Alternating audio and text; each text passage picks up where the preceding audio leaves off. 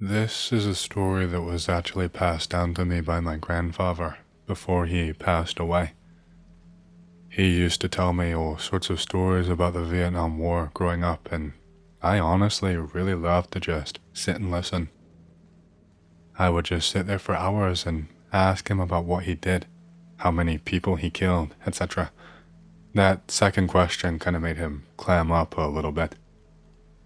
Throughout most of the stories, he would laugh and tell jokes and just crack smiles.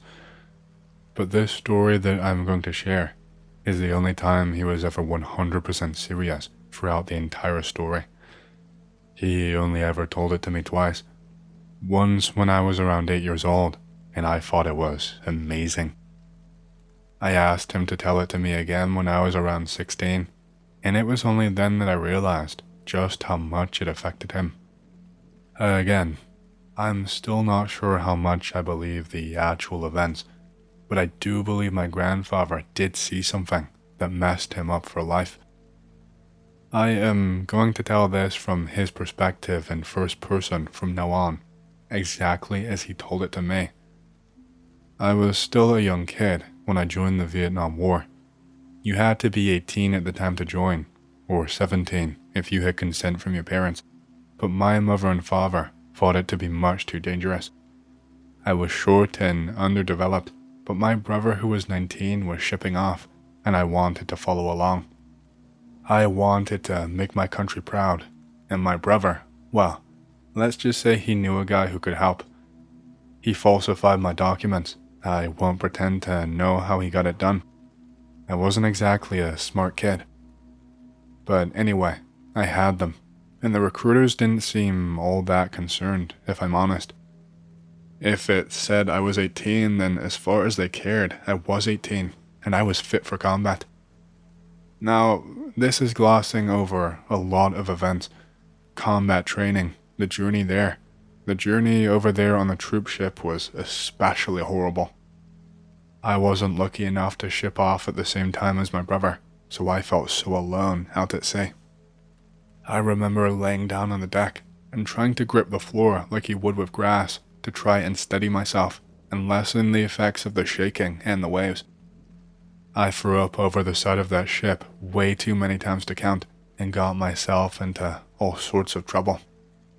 Anyway, skipping around a little bit, I eventually ended up as part of the tunnel rats.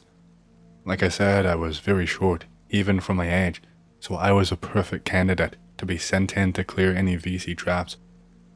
All you would get is a rifle with a flashlight taped to it, and then you would be sent into a crammed, pitch-black tunnel.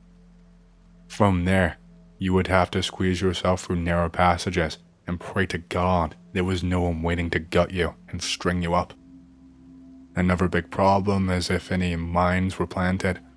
Too many good men lost their lives by tripping something and ended up in a million pieces in some shit-stained tunnel, or buried underneath the rubble and left to suffocate or slowly die of starvation and dehydration. Then you've got other traps like the punji pits and everything, and it's just not a good time.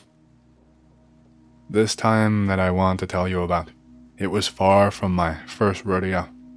I'd gone into firefights down there. Other tunnel rats had told me all manners of bizarre stories. They used to huddle you around a campfire and tell you everything at the end of the day. I remember one guy, he told me that in Vietnam, there's something wrong with the soil. That creatures and insects, they're different, they're wrong. He told me he'd seen rats the size of dogs nibbling away at people, spreading their filth and chasing after soldiers. Said they had all kinds of diseases. Other soldiers, they said they'd seen shadows skittering around, of things they couldn't even describe. For a lot of soldiers, they said that they were more scared about what was lurking down there than getting shot by the VC. I was still young, and boy, was I scared. But I tried to play it off as scary stories, like my brother would tell me when we were younger. So, it was around 3 of us that were being sent into this passage. I remember having to squeeze myself into it. I could feel my stomach hitting the rock wall every time I breathed out. That is just how crammed it was at times. The flashlights on our weapons were not the best, and sometimes just gave up halfway through a crawl. We had intel that the tunnel that we were crawling through was a nest where enemies would gather to rest and trade intel. We went in at nighttime. We were told it was the perfect time to strike, and that we could potentially capture one of the bastards and take them in for questioning. As a last resort, we were to gut them all and make sure that they could not tell anyone anything. If there was anything scattered around for us to take, we were to bring it back. I was shaking like a leaf the entire crawl through. I was at the lead, so I felt the full effect of the sharp wind that was blowing through the tunnel and hitting my face. Every little inch that I wriggled through, I felt that wind, and it was making my eyes water. Once we'd been crawling down there for around 10 minutes, the tunnel expanded just a little bit, enough so that we could move into a crouch position. The tunnel was mostly dim and didn't have any diverging paths. It was mostly a straight shot, aside from an initial curve, and we could see a very dim light at the very far end. We couldn't possibly make out how far away it was. It could be a 5-minute crawl or a 50-minute crawl. All along the wall, there were scratches and marks. I couldn't tell if they were from a bayonet or something else. It was like one line just pulled all the way down the wall in a mostly straight line. It was pointed out by one of the other rats. It went on for a few minutes before just ending abruptly. Where it ended, there was something thick and viscous on the wall. It was something white and it was bubbling. One of the other rats put his finger in it and we called him an idiot. He said it felt like some kind of glue. He couldn't get it off his hands, even when he tried to wipe it off onto his uniform. He got his hand stuck a little and he had to rip it off. I remember he ripped off some of the fabric of his pants. The light at the end of the tunnel, it was getting brighter and brighter, and we knew that we must be close to the main chamber. I was shitting my pants because there was nowhere to flee. If they were ready, then we were dead. There was no side tunnel to duck into for cover. It was shoot quickly and get the jump on them or die. As we were getting up to this light, I started to smell this really sickly smell. I could smell sweat, really pungent sweat, but that wasn't all. It smelled almost like vomit, but if you left it lying there for a week. Since the main chamber was already lit up, we had turned off our flashlights long before we got near. I was crawling on my belly to make myself a smaller target, as were the other guys. But we did not see any VC soldiers sleeping in tents or beds or anything. There was no one on guard waiting for us. There were no traps set up. There was a camp set up, but what we found we were not expecting at all. The first thing I noticed were the soldiers, the VC soldiers. They were not lying on the floor. They were strung up on the walls. I saw one. He had something thick and gooey around his mouth. It looked like that glue substance that we saw on the wall earlier in the passage. He had his eyes open, and you could see the fear in them. It's a look that I saw many, many times after and before that day. It was the look of a man who knew he was about to die. He was strung up against the wall. He was wrapped in something thick but stringy. It almost looked like webbing of some sort. His arms were folded across each other by the substance, and his legs were fixed close together. And he was just staring dead ahead. He wasn't even making an effort to move. The 2 tunnel rats behind me, well, they did not react all that well. I'm not sure how I kept my own composure. I think it's one of those things where you don't know how you will react until you're in the moment.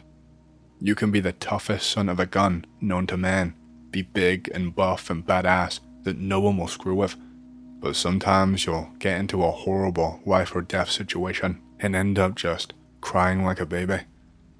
I was a meek fellow, small, stunted, a real scaredy cat, and all I could do was stay frozen in place, keep my mouth sealed and lock up. The guy at the back, the other tunnel rat, had to stifle him and shut him up. I heard him already start crawling away ass first.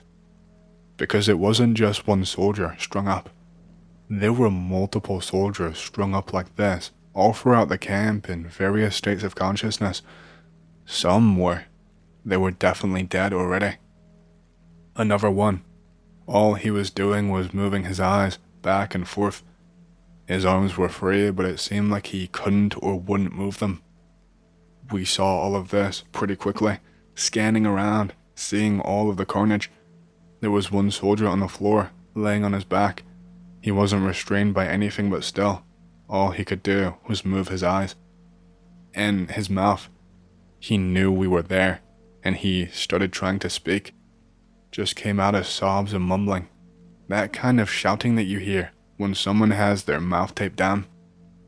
Wasn't long after that we heard some kind of rumbling coming from further away. It was at this point that me and the other tunnel rat very slowly started to crawl backwards away while still keeping our eyes firmly ahead. We had orders to kill. We should have shot them all on sight right then and there and taken one guy back, but we just had this kind of gut feeling. A gut feeling that if we fired a bullet, we would not make it home that day. That rumbling, it got closer and closer. I could have sworn it sounded like footsteps until I saw this limb start stretching out of the darkness of the other passage. It was long and hairy, and it curled from around the corner onto the rock wall. And then came a second, and a third, until I saw four. Four gigantic hairy limbs that pulled this hairy body through the tight tunnel. And then there were more than 4 limbs. It was what I can only describe now as some kind of giant spider. I'd heard a story before, a story about some guy in the Congo seeing a giant spider. He said it could leap a tree and could paralyze a man with just a bite. I thought it was bullshit until I saw this thing that day. It moved so strangely. It seemed like it was too big for its own good. It had to dig its limbs right into the floor and dragged its heavy body along rather than walking. That soldier on the floor was shouting so much with no attempt to take a breath. Of course, it was all just muffled. Even as it towered over him and the shadow of the thing covered his entire body, he didn't move or crawl away. I don't think he could. I watched as something dripped from the mouth of this thing, some kind of spit, but it was thick and white like the glue substance that we saw earlier. It dropped onto the soldier's head with a splash, and all of a sudden, he was not making any noise anymore. By this point, we had turned away. We couldn't even bear to look anymore, and we just needed to get out of there. But I did give a glance over my shoulder, and I saw this thing bite down on the soldier. I saw this thing jerk forward, and all of a sudden, the soldier's head was not visible anymore. And when it jerked back, his head was not there anymore.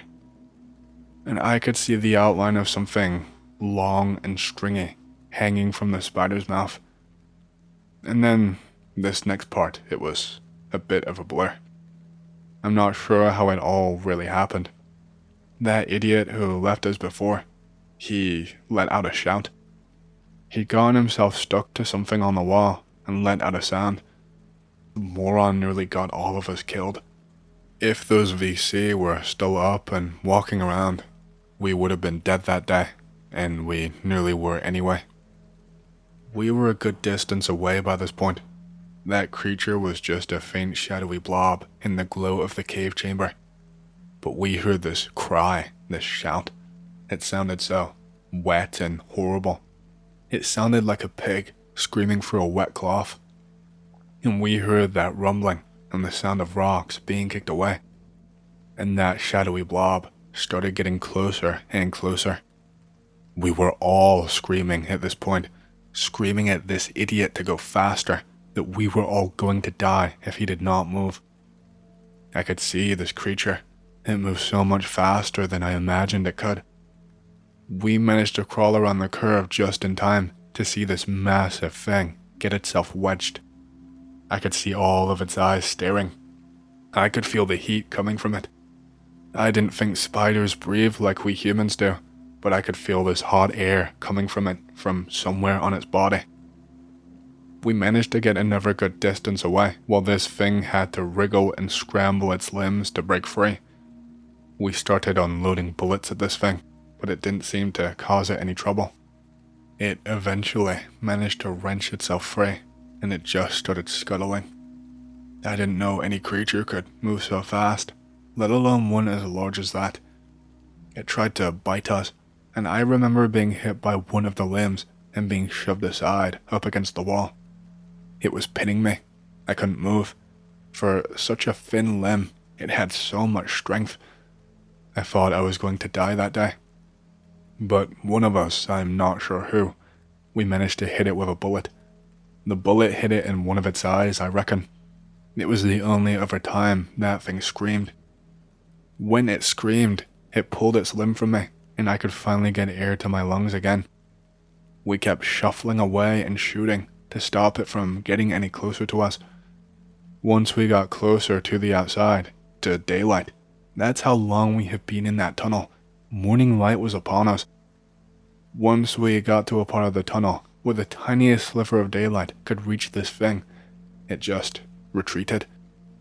We must have hit it in the face 3 or 4 times by this point to slow it down, but sunlight was the only thing that made it turn away from us, turn its back on us, and scuttle back faster than my eyes could see. When we got out, well, our superiors wanted to know of our mission, whether we succeeded or not. All we told him was that the tunnel had been cleared of VC. We informed him that they had indeed made some kind of camp, but that they had no intel. We told him that we shot them all dead. It was a complete and utter lie that made me feel cowardly and ashamed. We told our real story around the campfire that night.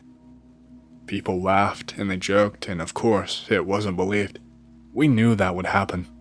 But still, it was the only way that we could risk telling the truth about what happened without fear of being thrown in the loony bin. And that was my grandpa's story in full, exactly as he would tell it to me. I actually wrote it down the second time that he told me, with his permission. I didn't want to forget a single detail. My grandpa, the war turned him into an alcoholic. It was his way of coping with what he saw, I think. By the time I was born, he was well into recovery, many years clean. Never ever saw him drink in my presence. My grandma never saw him drink, neither did my father. Both times he told me the story though. He broke out an old bottle of whiskey he had hidden away in a locked cupboard. Both times he poured out a drink and he held it in his hand, but he never drank it. He just sniffed it and closed his eyes before pouring it back into the bottle. Just a little detail that always struck me as odd that I thought I would include. I'm not sure if it's really relevant or adds to the credibility, but it always really irked me, I guess. Make of the story what you will.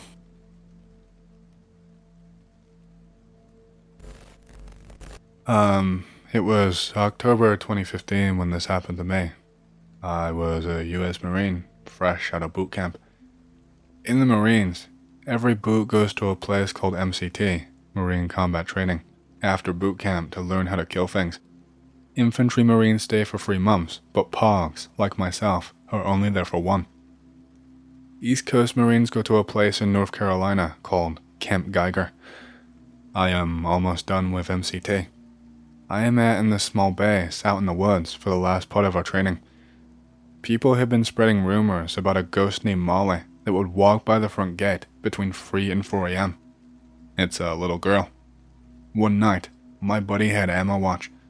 Some of us were put on different guard shifts every night. Armory watch, ammo watch, gate guard, etc. Each sentry was given a radio to check in with the sergeant on duty every hour and had to call in case anything happens. Each radio is on the same channel, so you can hear the other sentries when they talk. Ammo watch was this little shed that had all of the ammo in it, obviously, out in the woods. Just 2 of them, far away from the gate and everything else. It's 3:30 a.m. or so. E5 XXX, come in. This is gate guard, over. Sergeant XXX, this is E5 XXX. Send it over. There's something in the woods, over. Well, what is it? It's probably an animal, you pussy, over. Negative, Sergeant. I think it's a person, over. Stand by. It's probably Marsoc. I'm coming over, out. Marsoc is like Marine Special Forces who train over there sometimes. Sometimes they mess with us. Beyond operator. The next morning, my buddy tells me about what he heard on the radio, that him and the guy he was with thought it was Molly. I was already a little interested in the paranormal, so I say let's go and talk to the guy about it. The guy tells us he swears it was the little girl in the woods. The sergeant went out and could not find anyone. Sergeant said he didn't think Marsoc was out there training either during the time. He says this is not the first time this has happened. He said it's probably Molly. Sergeant also said that Molly was a thing when even he was at MCT. He thought it was a rumor too, until he became a combat instructor, and some of the other instructors said they saw her. Other weird stuff would happen out there every once in a while. He just stayed out there with this dude for the rest of his shift because all three of them were freaked out, including the sergeant. Anywho, a few days passed by, more training, more exercises. This hurricane comes through. This is already shitty enough without the hurricane. There are rains and storms non-stop. The place is basically flooded. We finally get to the last exercise, called BSRA. I don't even know what that stands for. It's basically a 3-day-long simulated battle between each of the platoons. At least, that's how my cycle did it. My cycle was bigger than normal ones, just more Marines to train for some reason. There is a big fake camp that's supposed to be like the one that would be in Iraq, right inside the base. During the op, one platoon had to defend it each day. There were these 4, I think, long shitty huts in there that they had us sleep in. They said normally there is one that they do not use, but since our cycle was bigger, they said they had to put us in there. Okay. There were sticks and spiders of mud everywhere. They had us sleep on the concrete ground. It's still pouring rain. Why did I sign up for this? I am sleeping, or at least trying to. My buddy, a different one from before, but my closest friend by far, is standing watch. He shines his flashlight in my face. Fuck you, man. He wakes me up and says he's super freaked out. I'm like, what? He says he saw a little kid, but it was a little boy. I roll over and told him to go away. I assumed he was messing with me. He said, no, I'm serious. I looked at him and saw by the way he was staring at me, and by the way he sounded that he was genuinely scared. Okay, fine. I get up. It's still storming outside. I looked outside and I saw lightning flash, and I felt kind of freaked out. There was just a creepy vibe in the air. Everyone is passed out. Just an eerie vibe in the air. I hear my buddy make the weirdest sound ever, the sound of pure fear. I look over, shining my flashlight at the ground. There are tiny wet footprints. My heart drops into my asshole. It looks like this little boy walked like perfectly around him. Oh my god. He is really freaked out, trying to laugh it off, just saying he's about to shit himself. I tell him to relax. I don't even bother asking any of the exterior guards if they saw anything. I stay up with him, just talking the rest of his shift about anything other than what we saw, trying to get our minds off of how creepy the atmosphere is and how freaked out we are. It works. He gets relieved, and we both go back to sleep. Don't even tell his relief about it, lol. The next day, it had finally stopped raining. We didn't tell anyone. We didn't want to freak anyone out. No one believes us. We didn't want to spread any more rumors, etc. We say how we regret how freaked out we were, and wish we went after it. Yeah, right. A day goes by. Typical Marine Corps bullshit. Stand by to stand by. The next night, like 12 of us volunteered to go with our motivated sergeant, different one from before, we'll call him Sergeant Smith, to go recon out in the woods all night, since the storm had passed. The woods in this part of NC were all pine trees, mud, and swamp. We just patrolled around the perimeter of the woods for like 2.5 hours, then we went out deep into the woods. We set up a place to chill out on higher ground, where it wasn't as wet and muddy. Sergeant Smith tells us his life story, and stories about when he saw combat. We all get into a really deep talk about life and such. We had completely forgotten about the previous night at this point. Hours pass by. People start drifting off. Sergeant Smith tells us to go to sleep, and he will take watch. I love this guy. Super cool dude. Before I pass out, I tell him I'm gonna go and take a piss. I'm good to go. I walk down this hill into kind of a thick brush. It's too dark to see anything. I step into what is the beginning of a swamp, only my foot gets wet. Damn it. I take a few steps back, unbutton my trousers, and whip it out. Commence piss in 3, 2, 1. I hear what sounds like someone walking through the water in front of me, and big sticks snapping, like it's something huge. It's still dark as hell, but I can make out something white, like a baggy white dress or something, but I couldn't really tell. I'm getting chills typing this because of what I really saw. I cancel my piss. Honestly, my first thought was that a combat instructor had heard us and dressed up like a terrorist in one of those white robes to come and ambush us. I run up the hill and tell Sergeant Smith that we are about to get ambushed. He says that we are on a ceasefire for the night because of the hurricane. He asks me what I saw. I tell him it was this white figure. He tells everyone to wake up because we are leaving. I start to realize what I might have seen. I ask. He tells me not to worry about it, just get my shit and get ready to leave. We hack off and I ask him again. He tells me very quietly that if we stay, then we will hear screaming coming from deeper in the woods. My heart sinks. I'm terrified. I tell him what happened the previous night. He gets quiet, says they normally don't put Marines in there because of that reason. They call the ghost I saw the Lady in White. Apparently, in the 20s or the 30s, there was a schoolhouse out in the woods that burned down and killed a bunch of kids and the teacher. I'm speechless. I just want to get the hell out of there. The next day, I had to write paperwork about what I saw, just to confirm it wasn't a person who was trespassing on government property. The place is called Camp Devil Dog, and I think it's cursed. My theory is that some of the combat instructors used a Ouija board or something to make the spirit stronger or whatever, but that place is scary as hell. I will tell a story that my uncle told me. I was visiting my dad's family in North Carolina one summer after my parents had divorced. I was pretty depressed, but that trip is now one of my fondest memories. My uncle took some time off work, and he and my dad showed me how to fish and handle a gun, and they shared a bunch of childhood stories with me. One night we were up late, and my uncle told me about something that spooked him out as a kid. My dad and grandpa go out hunting. My uncle stays at home because he has a broken foot and cannot go with them. He is bored out of his mind, just lying in bed, thinking. His dog, Tater, is asleep in the sun underneath the window. Tater suddenly lets out a Scooby-Doo style "aroo" and scurries off underneath the bed. What the hell? Footsteps are crunching through the grass and dirt outside, like someone in heavy boots is approaching the window. And there is also a strange sound that my uncle could not identify. The footsteps stop at the window, but nobody is there. The strange sound is clear now. It's a very weird sounding voice. My uncle told me that years later, someone showed him Mongolian throat singing, and it sounded almost exactly the same. Only there was something staticky about this. My uncle freezes, listening intently. He can almost make out the words, but he's not sure exactly what they're saying. The first 3 words sound like, "I can see." Then it sounds like, "I can see where it is, but it's hard to be sure."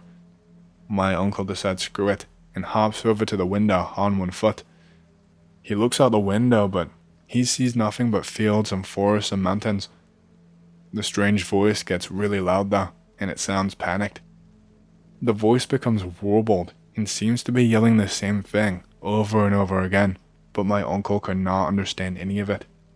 Then there is this bright flash, and everything just goes white for a few seconds. My uncle finds himself back in bed. His heart is racing. He said he thought he'd had a nightmare, except Dad and Grandpa both came home early, and both said that there was a white flash that nearly blinded them as they were coming out of the woods. I have seen a few dogman threads in the past few days, and it reminded me of this. It happened around 4 years ago, before I was interested in paranormal stuff. I only told this to my sister and my friend. Both say I was talking shit. I was on a geography school trip to the Lake District and Yorkshire Dales. The first day was Lake District, the second was Dales. We stayed overnight in the Dales, a youth hostel in Malham, a small village in the middle of nowhere with no real streetlights. It was getting dark when we arrived because it's in early February. The teachers escort us to the pub so that we can all have soft drinks and relax. At about 9 p.m., we head back to the hostel. It's pitch black except for the pub light and the torches that we carried. Fast forward to 10 p.m., we are all cozied up in beds and sleeping, except for me because I'm so used to staying up much later. There are no curtains on the window, so I look out into the dark, lit only by the moonlight. The stars look nice because there is no light pollution. What looks like a sheep walks by, and another. I thought I might be falling asleep, counting sheep. Another walks by, but taller, and walking on two legs. Walking on two legs. I shit my pants and retreat back to my bed against the far wall. I can still see outside the window. I see another two-legged sheep walk the same way. I hide underneath my covers and worry myself to sleep. The next day, we head up the side hill to the top of the cove where the limestone pavement is. If you've seen part of one of the last Harry Potter films, you'll recognize it from when Harry and Hermione dance when Ron's not there. I am laughing and joking with my friend about slipping through a grike when I see a sheep laying down at the side of the limestone pavement. It's dead. The insides of the sheep are just hanging out and everything, fresh as the morning air.